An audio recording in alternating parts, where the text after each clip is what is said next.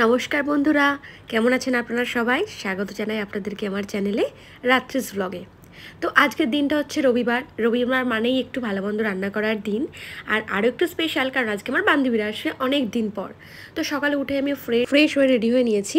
আজকে খুব বেশি কিছু রান্নাবান্না করবো না ভেবেই রেখেছিলাম। আজকে একটু পোলাও আর মাটন করবো। পোলাওটা আমি আগে যেহেতু কোনোদিনও করিনি, একটু ভয় ছিলাম। আজকে ফার্স্ট টাইম ট্রাই করবো।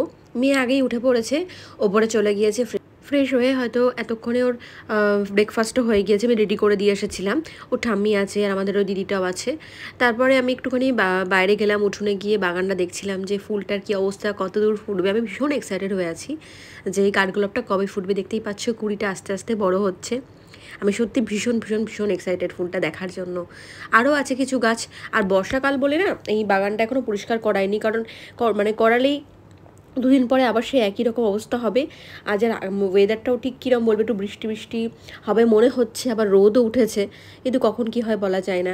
এসে দেখতে আসলাম বারান্দায় একটা মাছ। এইটা তো আপনাদের সাথে শেয়ারই করা হয়নি। অরিন্দম মানে আমার হাজব্যান্ড, ও বাজার থেকে একটা ফলুই মাছ এনেছে, এক্স্যাক্টলি যে মাছটা খায় সবাই। এই জ্যান্ত মাছটাকে নিয়ে এসেছিলো এমনি রাখার জন্য, মানে জ্যান্ত মাছ মেয়ে দেখবে। তো সেটা দেখে কি মনে হলো, তার জন্য অ্যাকোরিয়ামও কিনে এনেছে। ভাবুন, ওর দিব্যি কিন্তু আছে অ্যাকোরিয়ামের মধ্যে, খাচ্ছে যাচ্ছে। আমরা তো ভেবেছিলাম হয়তো বেশিক্ষণ বাঁচবেই না। আমার শাশুড়িমা তাই বলেছিলেন যে এইসব মাছ বাঁচবে না, কিন্তু ওকে এত যত্ন করে রাখা হয়েছে। প্রায় 1 মাস কিন্তু হতে চললো ও আছে আমাদের বাড়িতে। অ্যান্ড খুব ভালোভাবেই আছে, দেখতেই যেমন পাচ্ছেন, খাচ্ছে দাচ্ছে। অ্যাকোরিয়ামটা একটু ছোট হয়ে গেছে ওর আন্দাজে, মানে ও একটু বড় হয়েছে। তো ভাবছি, ওর বাবার বলছে ওর জন্য নাকি অ্যাকোরিয়ামটাও চেঞ্জ করবে। ভাবুন তাহলে, যে ওই ফলি মাছটার জন্য অ্যাকোরিয়াম চেঞ্জ করবে। সবাই কিন্তু হাসাহাসিও করছে যথেষ্ট। তো এই জায়গাটা আমাদের বসার জায়গা, তোমাদের সাথে কখনো শেয়ার করা হয়নি। এই ছবিগুলো কিন্তু সব হাতে আঁকা। কোনোটা আমার একটা ভাই গিফট করেছে। এই মিডলে যে ছবিটা আমাদের তিনজনার, ওটা আমার ভাই জন্মদিনে, আমার মেয়ের জন্মদিনে গিফট করেছিল, খুব সুন্দর। আর এই যে সিঙ্গেল যে ছবি দুটো, এই ছবি দুটো আমারটা আমাকে বিয়ের সময় যে এঁকেছে সেই ভাইটা আমায় গিফট করেছিল। অসাধারণ হাতের আঁকা ওর। আপনারা যদি চান আমি ওর নাম ডিটেলস সমস্ত আপনাদের দিতে পারি, আমাকে তার জন্য কমেন্ট করে জানাবেন অবশ্যই। ভীষণ ট্যালেন্টেড ছেলে কিন্তু। আর এই যে অ্যাকোরিয়ামটা এখানে রাখা আছে, এইবার যাই ওপরে যাই।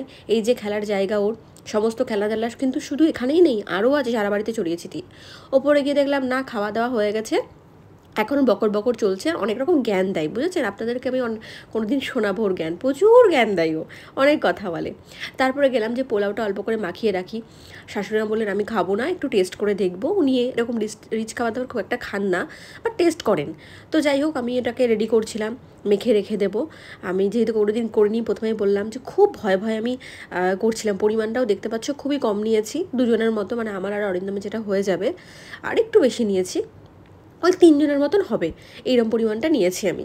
প্রথমে এটাকে, সবাই জানো, যারা জানো না তাদের জন্য বলছি, কিছুই না, গোবিন্দভোগ চালের মধ্যে একটু হলুদ, গোটা গরম মশলা, তেজপাতা আর ঘি দিয়ে, আর একটু সামান্য লবণ দিইনি তখন, ভালো করে মাখিয়ে রেখে দিয়েছিলাম। আর এইদিকে মাটনটাকেও ফ্রিজ থেকে বার করেছি। কদিন আগে ও এনেছিল রাতের বেলা, হঠাৎ করে 3 জায়গায় অনেকটাই মাটন নিয়ে এসেছিলো। তো আজকে ফাইনালি সেই মাটনটা শেষ করব। এই 3-4 দিন ধরে করছিলাম গ্যাপ দিয়ে দিয়ে। মাটন তো খুব রিচ, রোজ খাওয়া উচিত নয়। জলের মধ্যে ভিজিয়ে রেখে দিয়েছিলাম। আমি খুব মাটন যখনই করি না কেন, এই একটা আইটেমই করি, কারণ অন্যান্য আইটেম করতে গেলে না, মাটন যদি একটু দিক থেকে ওদিক হয়ে যায় একদম খেতে ভালো লাগে না। তাই আমি আলু দিয়ে হয় কষা করি, আর না হলে যেটা আমরা সবার বাড়িতে হয়ে থাকে, যে প্রেশারে যে ঝোলটা হয় কড়াইয়ে কষে নিয়ে, ঠিক সেটাই করি। তো এই যে আমার মেয়ে খেলা নিয়ে বসে পড়েছে। ও যদি একটু আটার দলা পায়, ওর আর কিচ্ছু চায় না, মানে জল আর আটার দলা হচ্ছে ওর ফেভারিট খেলার মধ্যে। তো চলো ওর থেকে কিছু কবিতা শুনে নাও, ও কি বলে। জয় জয় না, জয় জয় দেবী, জয় জয় দেবী,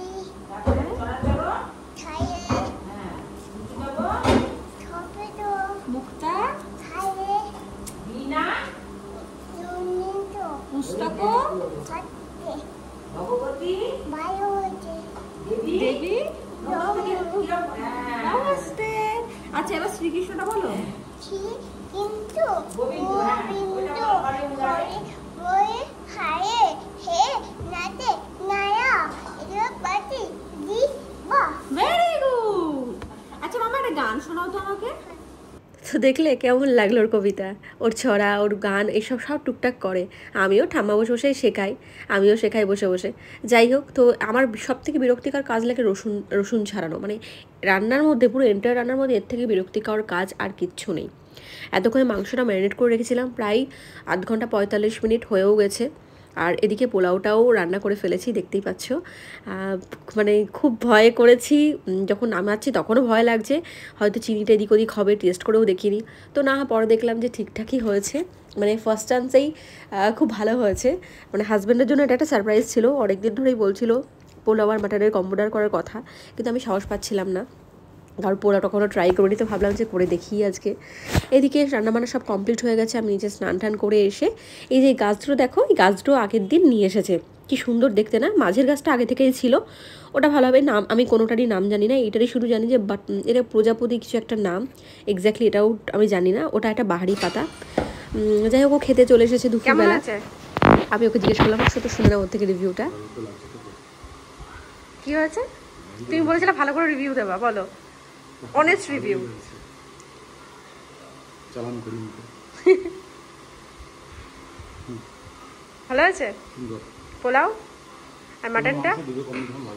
মাটনটা দুটো কম্বিনেশন ভালো আছে। আউট অফ 5 কত দেবে আমাকে? 0.25। বাবা, এগুলোকে কি বলে জানো? মুখ পোচা বেঈমান বলে এগুলোকে। আমিও বসি এবার। তারপরে একটা বন্ধুর বাড়িতে পুজো ছিল, আমার হাজব্যান্ডের বন্ধুর বাড়িতে, ওখানেই যাচ্ছিলাম আর কি। রাধাকৃষ্ণ প্রতিষ্ঠা করেছে ওরা। মেয়ে ঘুমিয়ে পড়েছে, তাই ওকে নিয়ে আর যায়নি। তো মাঝপথে গিয়ে দেখলাম বৃষ্টি শুরু হয়ে গেল। সে কি বৃষ্টি, হাফ তো প্রায় ব্রিজেই গিয়েছি। এখানেও আর বেশিক্ষণ থাকবো না, চলে যাব তাড়াতাড়ি। তখন মোটামুটি আমি যখন আসলাম 3:30 বাজে। আমার বান্ধবীদের বললাম আসার কথা আজকে, খুব খুব এক্সাইটেড হয়েছিলাম, ওরা কখন আসবে, বহুদিন দেখা হয়নি। তো গিয়ে তো সত্যি ঠাকুর দেখে আমার মন প্রাণ ভরে গেল।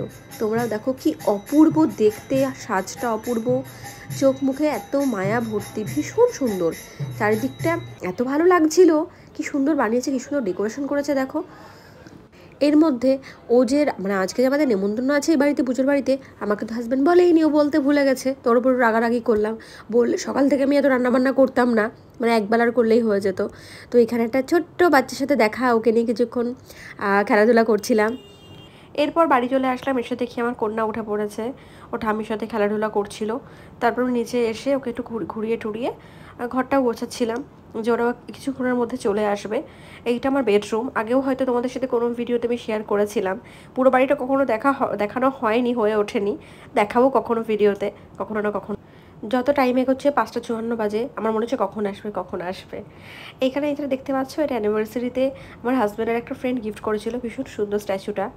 আর এখানে যে দেখছো, এগুলো কিন্তু দুটোই আমার একটা অ্যানিভার্সারি গিফট, এই বুদ্ধাগুলোর মধ্যে একটা ওয়েডিং গিফট। এই সব কিছু যেগুলো আছে সব কিছু কিন্তু গিফট, প্রতিটাই খুব সুন্দর সুন্দর গিফট। আর যে ছবিটা দেখতে পাচ্ছ, ওটা আমার শ্বশুরমশাই অল্প বয়সের ছবি।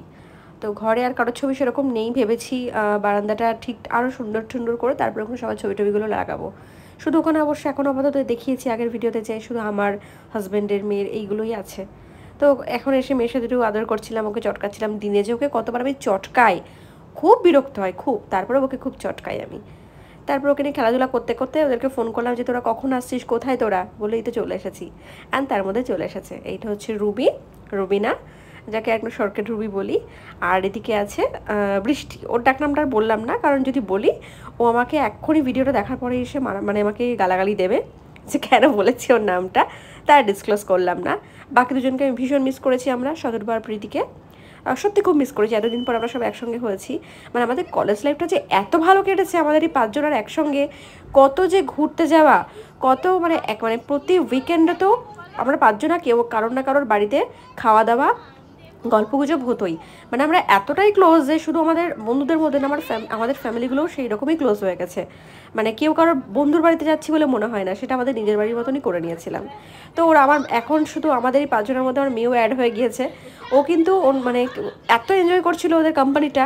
প্রথমে একটু আনকমফোর্টেবল হয়ও, মানে নতুন মানুষকে দেখে, তারপরে ঠিক কয়েক সেকেন্ড যাওয়ার পর ও একদম তাদের সাথে মিশে যায়। যেমন এই যে আমার বন্ধুদের সাথেও একদম মিশে গিয়েছে, কত খেলা গল্প করেছে। আমার থেকে ওরাই মনে হচ্ছে ওর বন্ধু, মানে এত ওদের সাথে ও মজা করছিল, আর ওরাও খুব এনজয় করছিল। পাচ্ছ না আমি কাজ করছি?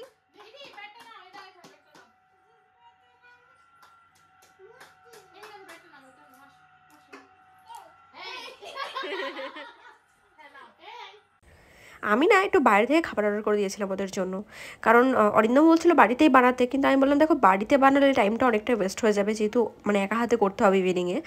ওদের সাথে গল্পটা অনেকটা কমে যাবে, বেশি গল্প করতে পারবো না, তো বুঝতেই পারছো গল্পটাই আমাদের কি মেন ইন্টারেস্ট। আর তারপর দুজন আসেনি, তার উপর একটু রাগ হয়েছিল ওদের দুজনের ওপর, জানি কাজে আছে বাট স্টিল ওই বান্ধবীদের একটা অভিমান হয়ে থাকে, সেটাই আর কি। তো খাওয়া দাওয়া সবাইকে দিয়ে দিলাম, সার্ভ করলাম, হয়ে গেছে। এরপর মাম্মামকে নিয়ে খেলা হচ্ছিল, মানে ওই মনে হচ্ছে যে আমার থেকে ওই হচ্ছে ওদের বন্ধু, ওরা এসে ওর সাথে খেলা করতে করতেই মনে হচ্ছে আমাদের টাইম কেটে গেছে, গল্পর থেকে বেশি ওর সাথেই খেলাটা করা হয়েছে। তো এতদিন জমিয়ে থাকা যা গল্প সব কিছুই হয়েছে, কিন্তু আসল ব্যাপার যে ওদের যে কারণে আমি আসতে বলেছিলাম যে আমি হিমাচল থেকে মানালি থেকে ওদের জন্য সেই মানালি তো না কাসল থেকে ওদের জন্য সবার জন্য পাউচ নিয়েছিলাম, সেগুলোই দেওয়ার কথা, আমি সেটাই ভুলে গিয়েছি, সম্পূর্ণ আয়া থেকে বেরিয়ে গেছে। ওরা যে চলে গিয়েছে আমার তখনও মনে ছিল না, আমি ভিডিওটা বানাচ্ছি এখন নেক্সট দিন, তখন আমার মনে পড়ছে যে আমি পাউচগুলোই তো দিইনি ওদেরকে, পরে আবার দেখা করে ওদেরকে আবার দিতে হবে, মানে সেই একই কাজ ঘুরিয়ে ফিরিয়ে করতে হবে। আমাদের 5 জনের মধ্যে আমি তো ম্যারিড, রুবিও ম্যারিড, আর এই যে বৃষ্টি ও কিন্তু হাফ ম্যারিড, ওর কিন্তু সামনেই বিয়ে, আপকামিং ব্রাইড। আর বাকি রইল আমাদের দুজন, শতরূপার বৃষ্টি, ওরা দুজনেই কিন্তু আসেনি। ওরা দুজন আসলে যে আরও কত মজা হতো, শুধু মিস করছিলাম ওদেরকে আমরা, যে এই 5 জন যে আমরা কতদিন একসাথে হতে পারি না, স্বাভাবিকতা। আমি সংসারের মধ্যে ঢুকে গেছি, রুবি ঢুকে গেছে, বৃষ্টির হয়নি কিন্তু হয়ে যাবে, আর বাকি দুজন তো আছেই, প্রীতি জব করে, তো সবার টাইম হয়ে ওঠে না, সবাই কিছু না কিছু কাজের মধ্যে থাকে, শতরূপারও কিছু কাজ থাকে, যার জন্য আমরা একটা দিন ভাবলাম, কিন্তু আজকে দিনটাও হলো না, সানডে দেখেই করেছিলাম যাতে সবার হয়। তো এর মধ্যেই ওরা বললো টাইম হয়ে গেছে, প্রায় 9:30 বাজে বাড়ি যাবে, রাতটাও হয়েছে। তো ইচ্ছা তো করছিল না ছাড়ার জন্য, বাট বাধ্য হয়ে ছাড়তে হলো।